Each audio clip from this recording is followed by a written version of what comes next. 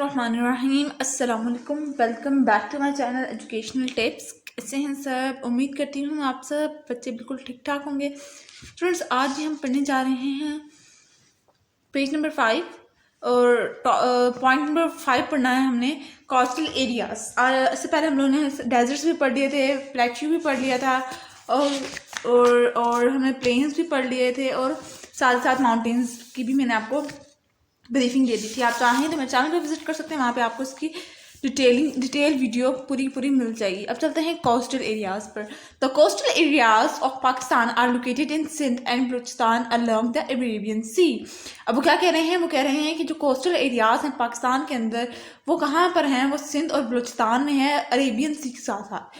This coastal areas connect Pakistan with Gulf state through the Arabian Sea. ये क्या करते हैं? ये कोस्टल एरियाज क्या करते हैं? कनेक्ट करते हैं पाकिस्तान को और को किसके साथ कनेक्ट कर रहे हैं? गल्फ स्टेट्स के साथ। और क्योंकि उनके बीच एक अरेबियन सी है जिसके थ्रू वो लोग आपस में कनेक्टेड हैं। ठीक है, तो coastal areas of Pakistan is 1000 kilometre long. ये जो कोस्टल एरियाज है वो 1000 किलोमीटर लॉन्ग हैं। Karachi, Makran, Bin Qasim and Gwadar are important sea ports. ठीक है, जो बंदरगाहें हैं वो कहाँ पर हैं? वो हमारे पास कराची में भी हैं, मकरान में है, बिन कासिम है और गवादर। ठीक है, Karachi is Pakistan largest and biggest sea port. इसके पाकिस्तान कराची के अंदर पाकिस्तान की सबसे बड़ी बंदरगाह वहाँ पर है।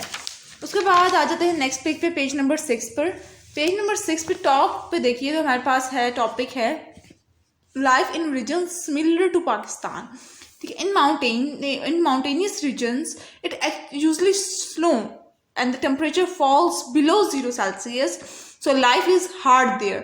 अब वो क्या कह रहे हैं कि जितने भी पहाड़ी इलाके हैं लाइक मरी, नारान, काकान, नथिया गली, इन सारे इलाकों में ना बहुत ज़्यादा मोस्टली सारा साल जो होता है इनका वो कोल्ड ही होता है। वहाँ पे स्नोफॉल होती है और इनका जो टेम्परेचर होता है वो बिलो 0 होता है, इनके 0 सेल्सियस से कम। जब 0 सेल्सियस से नीचे गिर जाए तो ऑब्वियसली वहाँ पे स्नो पड़नी है और फिर वहाँ की जो लाइफ है वो बहुत हार्ड होती है। अमूमन तौर पर आप देखें ना, आप अगर मरी जाएं सर्दियों में, ठीक है, तो वहाँ पर ना इट्स लाइक वहाँ पर पानी जमना शुरू हो जाता है। पानी जमा हुआ फिर आपको सारी बात, इंसान की तो बॉडी पानी से चल रही है बेसिकली। ठीक है, तो उसमें फिर आपको पानी की बहुत मुश्किलात होती हैं। वैसे भी उधर व्हीकल्स का प्रॉब्लम होता है, उधर आपको खुद पैदल चल के किसी जगह पे जाना पड़ता है। यहाँ पे अगर हम देखें ना, निचले पंजाब में देख लो, हम बाइक्स वगैरह इजीली इस्तेमाल करते हैं। लेकिन अगर हम मरी वाली साइड की बात करें तो मरी में बारिश होती है तो रोड स्लिपरी, ठीक है, और उनकी रोड्स भी काफ़ी शार्प टर्निंग्स हैं। In Swat, Kaghan, Naran and Hunza valley people rare animal tourism is also very popular. वो क्या कह रहे हैं? नारान, हुंजा वैली और इधर जितने भी इस तरह के इलाका है ना, इधर ज़्यादातर एनिमल्स होते हैं, बहुत ज़्यादा रेयर एनिमल्स पाए जाते हैं। ठीक है, और यहाँ पर लोग आते हैं, टूरिस्ट आते हैं, सैर सपाटे के लिए लोग आते होते हैं। People living in countries similar physical region have many things in common. अब जो बाकी मुख्तलिफ ममालिक के जो लोग हैं उनके और उधर की जितनी भी चीज़ें हैं उनमें और हमारी चीज़ में कुछ ना कुछ सिमिलैरिटीज़ हैं। For example, Nepal is a vast mountainous region. Nepal जो है उसके अंदर बहुत उधर नेपाल एक कंट्री है, उसके अंदर बहुत ज़्यादा क्या है? माउंटेनियस रीजन्स हैं, इनके पहाड़ी इलाके उस कंट्री में ज़्यादा हैं। Here people make their living through cattle breeding. Tourism is also major source of income. अब वो क्या कह रहे हैं कि वहाँ के लोग भी क्या करते हैं? वो अपनी लाइफ साइकिल कैटल ब्रीडिंग से के थ्रू अपना लाइफ साइकिल स्टार्ट करते हैं। ठीक है, अब टूरिज्म जो है, ये जो सैर सपाटे के लिए जो लोग आते हैं, आउट ऑफ कंट्री आते हैं लोग, बाहर ममालिक से भी आते हैं, अपने मुल्क के भी लोग सैर सपाटे के लिए इधर से उधर दूसरे शहरों में जाते हैं। ठीक है, ये भी एक बहुत बड़ा जरिया है पैसे कमाने का। People collect herbs from forest and sell them. People, अब देखिए माउंटेनियस इलाके हैं, ठीक है, तो वहाँ से फिर लोग कुछ जड़ी बूटियाँ वगैरह और या फिर जंगलात जितने भी हमारे पास, ठीक है, इधर से जाते हैं लोग, जड़ी बूटियाँ लेते हैं और फिर उन्हें बेचते हैं। They do farming in low line valleys. अब वो फार्मिंग करते हैं लो लाइन वैलीज में, छोटे छोटे कस्बों में। ठीक है, In the plain region, most people are engaged in agriculture and industry. अब प्लेन रीजन में क्या होता है, most ज़्यादातर जो लोगों का ताल्लुक होता है वो खेती बाड़ी से होता है, या फिर वो इंडस्ट्रियल काम करना पसंद करते हैं. Plains are thickly populated areas because of good climate conditions and fertile land. अब वो क्या कह रहे हैं कि अब प्लेन्स के अंदर जो होता है ना, जितने भी ये प्लेन्स हैं इनके अंदर ना लोगों की जो पॉपुलेशन होती है काफ़ी ज़्यादा होती है as compare to mountainous region. क्यों?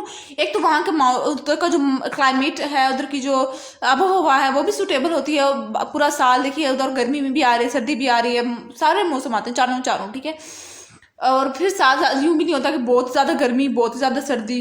ठीक है. ये वाला काम भी नहीं होता, स्नोफॉल वाला काम भी नहीं होता. फिर उधर के लोगों को ना लाइफ स्टाइल जो उनका जो लाइफ स्टाइल वो जिस तरह का चाह रहे होते हैं, या उनका जो इनकम का सोर्स होता है वो इसीलिए उनको मुहैया होता है.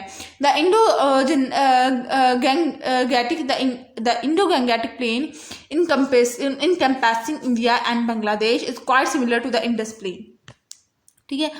both regions grow kharif crops in summer. अब ये तो दोनों जितने भी दोनों के दोनों यानी कि कौन से इंडिया और बांग्लादेश हैं, ये क्या करते हैं, ये गर्मियों में कौन सी क्रॉप ग्रो करते हैं, खरीफ क्रॉप ग्रो करते हैं, and rabi crops in winter में यानी कि सर्दियों में ये रबी क्रॉप्स ग्रो करते हैं. खरीफ क्रॉप्स इंक्लूड कॉटन, राइस, मेज एंड मिलेट. वो खरीफ क्रॉप में क्या क्या आ जाता है, इसके अंदर आ जाता है हमारे पास कॉटन है, हमारे पास राइस है, हमारे पास मेज है और फिर मिलेट है. उसके बाद जबकि रबी क्रॉप्स जो सर्दियों में ग्रो होती है वो है wheat, pulses, gram and mustard. Then इस नीचे पे आ जाइए, नीचे वाले पैराग्राफ पे आ जाइए. Deserts remain very hot throughout the year. जबकि अगर अब यहाँ पर देखिए, हमने बात की माउंटेनियस रीजन्स की भी बात की, हमने प्लेन रीजन्स की भी बात की, लेकिन अगर अब हम लोग रेतीले इलाके की बात करते हैं तो वो तो पूरे का पूरा साल ही गर्म रहते हैं ना, उधर तो बहुत कम बारिशें होती हैं. Desert areas receive little rainfall so cultivation is not possible. अब वहाँ पर क्यों कहा जाता है कि वहाँ के लाइफ साइकिल बहुत टफ है? क्यों? क्योंकि वहाँ का ये होता है कि वहाँ पे बहुत कम बारिशें हो रही हैं, जिसकी वजह से उधर क्रॉप्स यानी कि या फिर उधर की एक तो लैंड जो होती है वो फर्टाइल नहीं होती, फिर वहाँ पे कोई बहुत ही कम क्रॉप्स ग्रो कर सकती हैं, प्लांटेशन बहुत कम होती है. People rear animals and move from one place to another in search of food. लोग जो होते हैं वो अपने जानवरों के साथ लेकर अपने पानी की तलाश में जाते हैं. Most Arab countries consist of desert area. जब जितने भी ये अरब कंट्रीज हैं ये क्या है, ये डेजर्ट्स एरियाज हैं. Can you imagine what life is like an Arabian desert? क्या आप इमेजिन कर सकते हैं कि एक डेजर्ट्स में कितनी मुश्किल लाइफ होती है.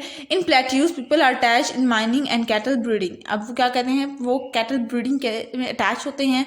People has large deposit of natural resources. अब वहाँ के जो लोग होते हैं, Pakistan has large deposit of natural resources. Pakistan के अंदर काफ़ी ज़्यादा नेचुरल रिसोर्सेज पाए जाते हैं. This resources are the gift of Allah.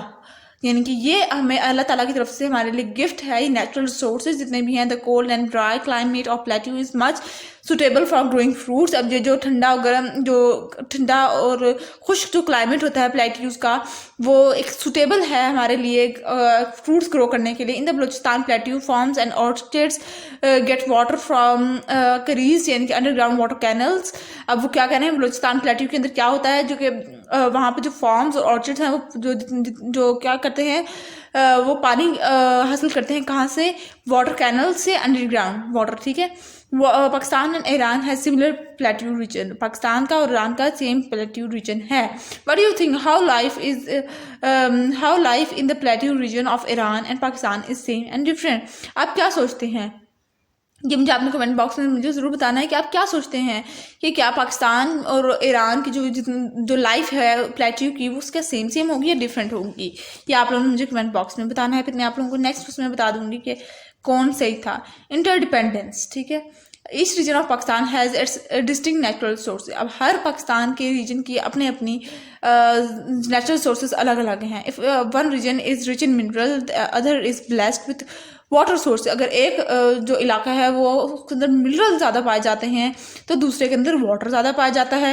In the similar way if one region is rich in forest. इसी तरह से अगर एक इलाका के अंदर फॉरेस्ट ज़्यादा है, the other region has the ideal climate for growing crops. तो फिर दूसरा जो रीजन होगा उसके अंदर उसके पास अच्छी क्लाइमेट होगा, उसका सूटेबल क्लाइमेट होगा, ताकि उसके अंदर, और वो किस लिए इंपॉर्टेंट है, वो हमारे क्रॉप्स ग्रो करने के लिए इंपॉर्टेंट है। All the regions are dependent on one and for their need. अब हर रीजन एक दूसरे पर डिपेंडेंट है अपनी अपनी ज़रूरत के तहत, ठीक है। तो यहाँ पर हुआ हमारा आज का यूनिट भी ख़त्म, और आज का लेक्चर भी आज ख़त्म कर देते हैं, बस यूनिट ख़त्म हो गया है। तो मिलते हैं किसी और वीडियो में, दुआ में याद रखिएगा, अपना बहुत सारा ख्याल रखिएगा। अल्लाह हाफ़िज़।